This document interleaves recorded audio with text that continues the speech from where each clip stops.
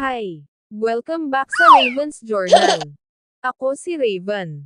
Kung ikaw ay isang OFW na matagal nang nagtatrabaho sa abroad at nangangarap magkaroon ng sariling bahay sa Pilipinas, pero nagdadalawang isip ka dahil nasa ibang bansa ka, this video is for you.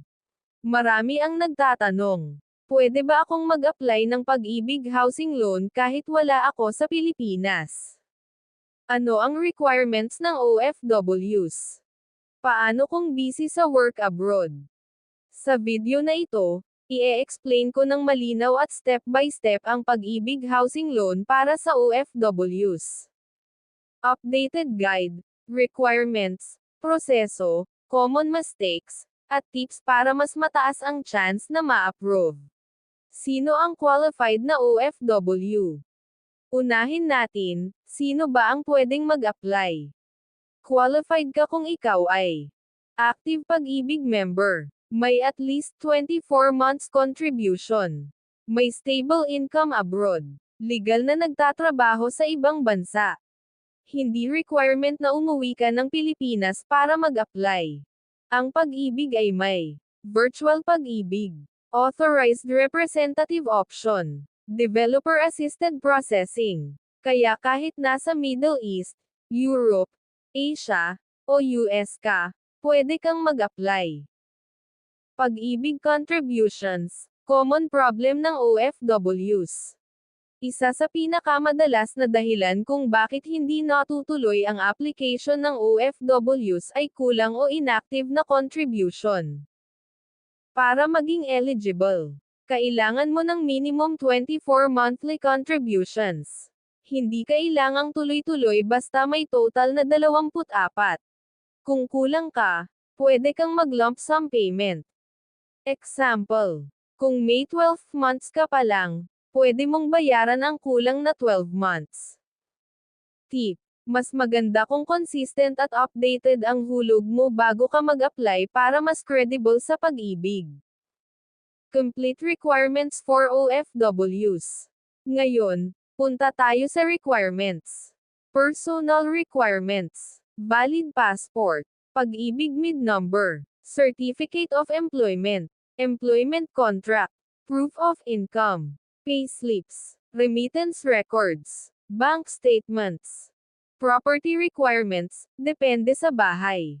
Transfer certificate of title, TCT. Tax declaration. Contract to sell or deed of sale. Approved house plan, kung magpapatayo.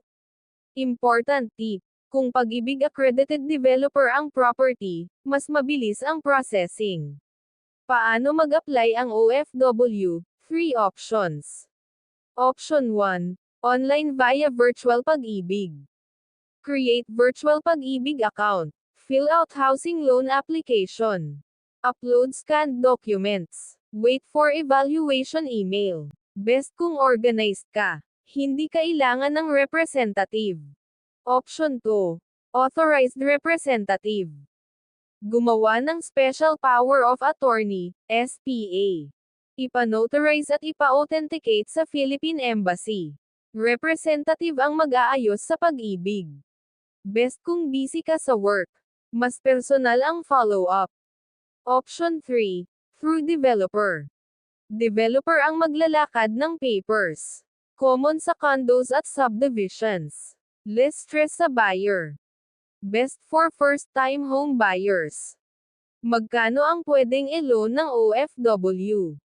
Depende ang loan amount sa monthly income, age, loan term, interest rate. General rule, 35% ng monthly income ang max amortization. Example, kung 80,000 ang monthly income mo, max amortization mo is around 28,000. Tip, gamitin ang Pag-ibig Housing Loan Calculator para realistic ang computation. Common mistakes ng OFWs. Ito ang mga dahilan kung bakit nadidelay o nade-deny ang application. Inactive Pag-ibig contributions. Kulang o malabong documents. Property na may title issues. Sobrang taas ng loan amount. Hindi responsive sa email. Lesson. Mas maayos ang preparation, mas mabilis ang approval. Practical tips para ma-approve. Update contributions bago mag-apply. Choose accredited developers. Submit clear scanned documents. Be realistic sa loan amount. Check email regularly. Hindi kailangan perfect, kailangan prepared. Para sa mga OFWs, ang Pag-ibig Housing Loan ay isang solid at affordable option para makamit ang pangarap na sariling bahay sa Pilipinas. Kung nakatulong ang video na ito, please like, subscribe, at share para updated ka sa buong Pag-ibig Housing Loan series at sa iba pang mga videos. At ayan na ang ating usapan para sa ngayon. Sa next episode, pag-uusapan naman natin, Pag-ibig Multi-Purpose Loan, MPL. Tatalakayin natin kung paano ito gamitin, kung sino ang pwedeng mag-apply, at tips para mas mapakinabangan ito.